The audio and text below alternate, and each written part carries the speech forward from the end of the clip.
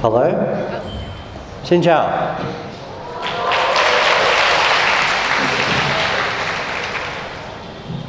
I've been coming to Vietnam for 27 and a half years. My wife is Vietnamese, and that's the only Vietnamese I can speak. Xin chào. So, if you speak English, put your hand up. Okay, if you cannot, they have to interpret. Thank you for letting an old person come in and share with all you handsome, good-looking young people. It's a privilege for me to come to this university. I've spoken in many places all over the world, but I think what I'm sharing with you tonight is possibly some of the most important information that you will ever hear. I flew in last night from Queensland. Do you know where that is? Sunshine Coast, which is the most beautiful part of Australia, and I live just near the beach. And we often walk down on the sand, and it's just beautiful white sand and clean water in Australia. And as you go along the sand, you leave footprints, and you see where other people have been walking. Sometimes they have dogs, and you see the dogs' footmarks. And as you walk along and you go for a stroll and then turn around and come back and you go back over and you see the footmarks that you left when you walked there. Everybody leaves footmarks. I wonder, in life, when you look back, as the years come and go and roll by, what will be the footmarks that you leave? Vietnam is a changing nation. Sometimes those changes are really good and very positive, and sometimes they're not. I've been looking at some of the statistics in what I do. And in the last 12 months in Vietnam, there have been absolutely thousands of deaths on the roads across Vietnam. Not just motorcycles, pedestrians, trucks, many things. There's been a dramatic increase, not decrease, in the number of drownings. About this time last year, my wife was Googling through in the lounge room, because being Vietnamese, she gets on looking at the Vietnamese news, and she pulled up an article from a newspaper in the north of Vietnam, and it brought tears to my eyes as she read it. 32 teenagers went for a swim. Just a fun school time out. 8 of them came out of the water. 24 drowned. Why? They're the sort of statistics that, as you look through the newspapers every day, you see these things. Heart attacks are happening regularly. I was walking down the street today, only a short time after meeting with a couple of your organising staff, and as I walked down the street to get a haircut, I needed a haircut, I saw a bunch of Korean tourists, and one of them was looking very unwell and fell over while I was walking past. And all of the people who were with him stood around, and someone grabbed a plastic chair and then they looked at him. And I thought, I need to stop. So I stopped and I said, "Are you okay?" Nobody spoke English. So I didn't worry about their reactions. I just took the guy's wrist and felt his pulse, and his pulse was okay. So I said, "Water." We got water and we put it on a face washer and we put it on his neck. And I said to him, 10 minutes, stay. And I went off and did what I had to do. It happens all the time in Vietnam. You see road accidents, you see people having medical emergencies, and the general response is everybody gathers around in a big circle, and it's an opportunity to pull out your mobile phone and say, "Oh, selfie." It happens. Nobody does anything. We see a huge increase in the number of medical emergencies from things that are not related to traffic or not related to other things. Sometimes they're allergies, sometimes they're asthma related, sometimes they're stings and things like this. And the statistics in Vietnam are that there are literally thousands of these, and they all rock up in the hospitals. I've been in many of your hospitals, not just in the operating theatres, but just walking through casualty. And it is wall-to-wall people sitting there. Many of you have probably been there yourselves, waiting for a doctor. You're a number, you're not a person, because of the numbers that go through there. And it's a staggering, staggering toll that just keeps on increasing. I do a lot with ophthalmology. We have a scholarship that we bring young doctors to Australia for training. And the number of eye injuries in Vietnam, there's something like 1 million in the last 12 months of people who have gone blind permanently from trauma-related injuries. Sometimes it's riding along the road and having things strike them in the eye. Sometimes it's work-related. Very rarely is it medically oriented. Usually it's trauma, accident. And the big problem is that they're not treated. People don't know what to do. When I teach first aid, the first thing I say to people is you get something in your eye, your immediate reaction is to do this. Don't.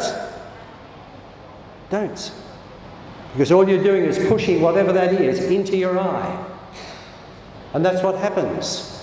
So by the time people get to an eye doctor, the damage has become so severe that their chances of saving their sight has diminished dramatically.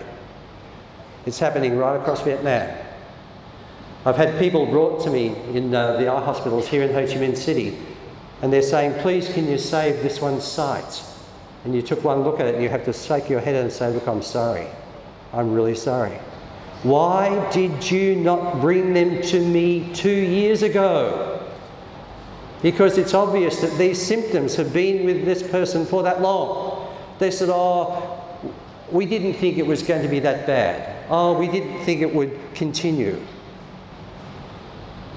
And one young lady who is actually a relative of the director of one of the big hospitals in Ho Chi Minh City will never see out of either of her eyes again for the rest of her life. And it's preventable.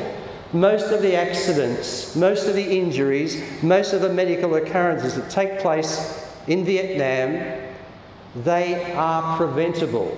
When they happen, if treatment follows quickly, then the output and the outcome is usually very good.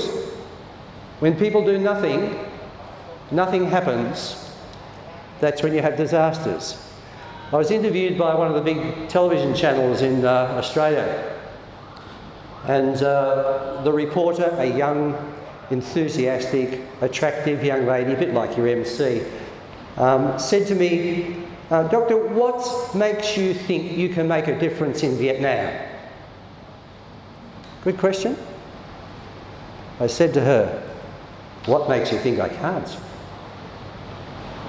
You are the one who determines your footprints.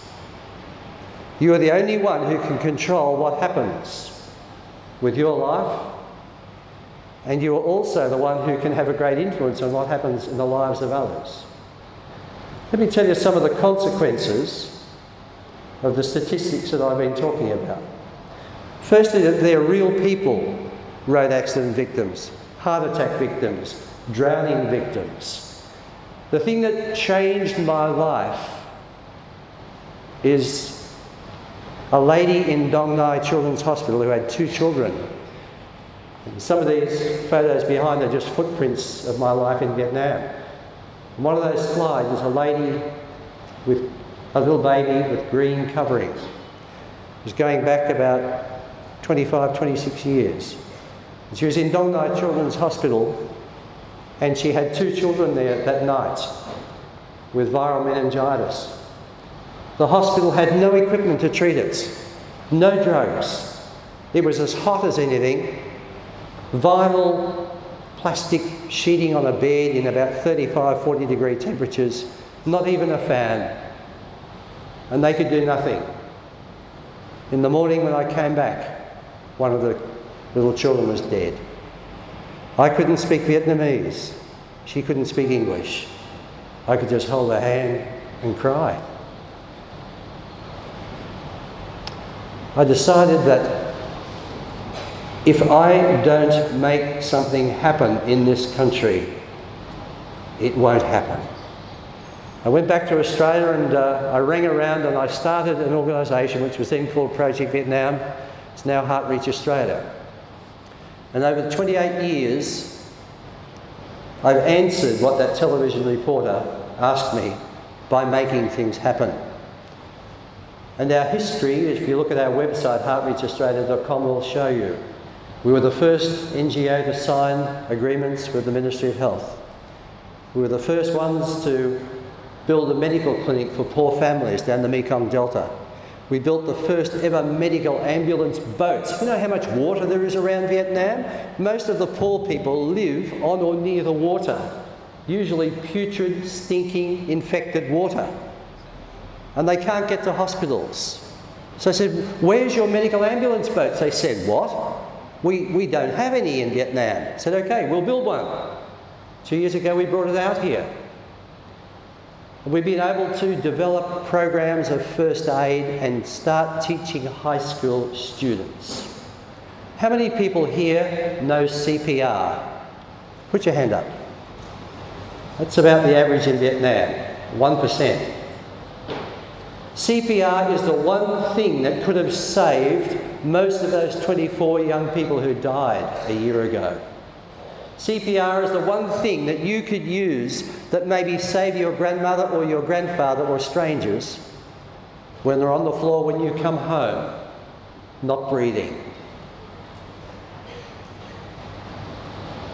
The number of accidents in kitchens and workshops and out in the rice fields, broken bodies, lacerations, fractured skulls.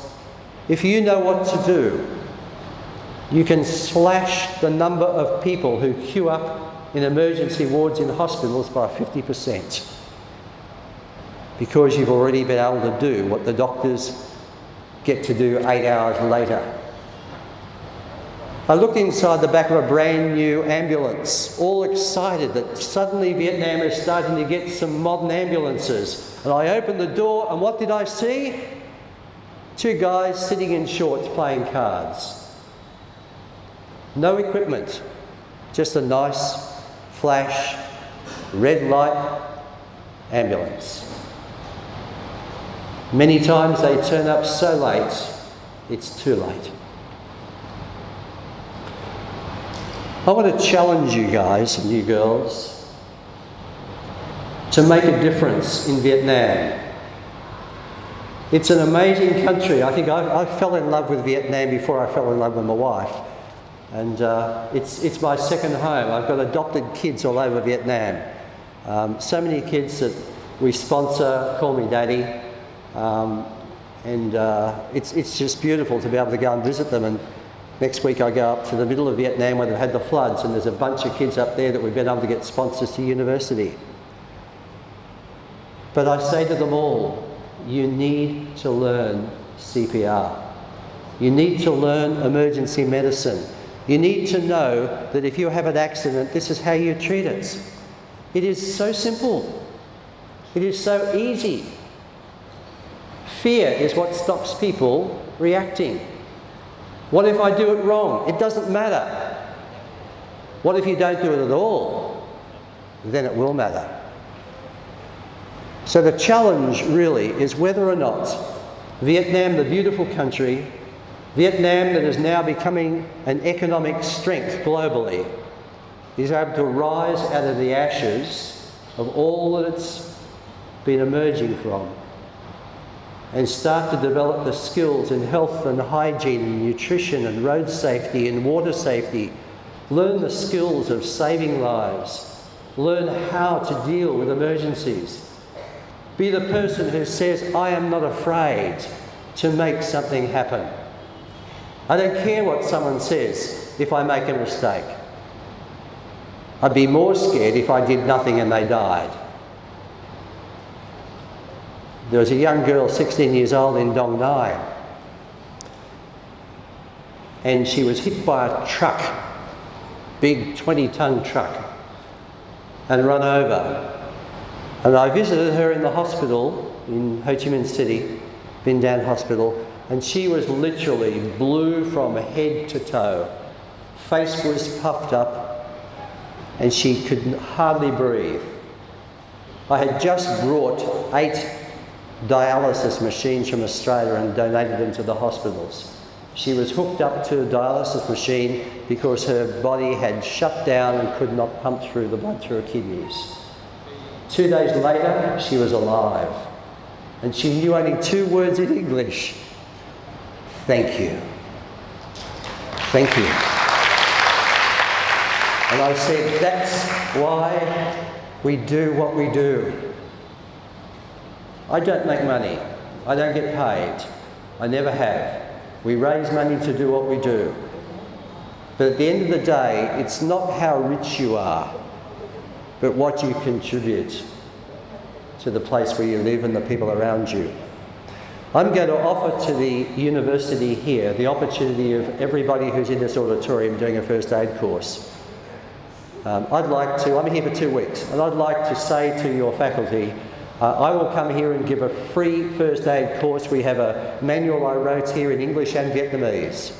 And I'm happy to come here and do the whole lot of you and do a first aid course so you can learn the skills and know what to do and how to do it, and have the confidence that whatever happens in your life and your family, you will not be afraid to make a difference. It's your choice.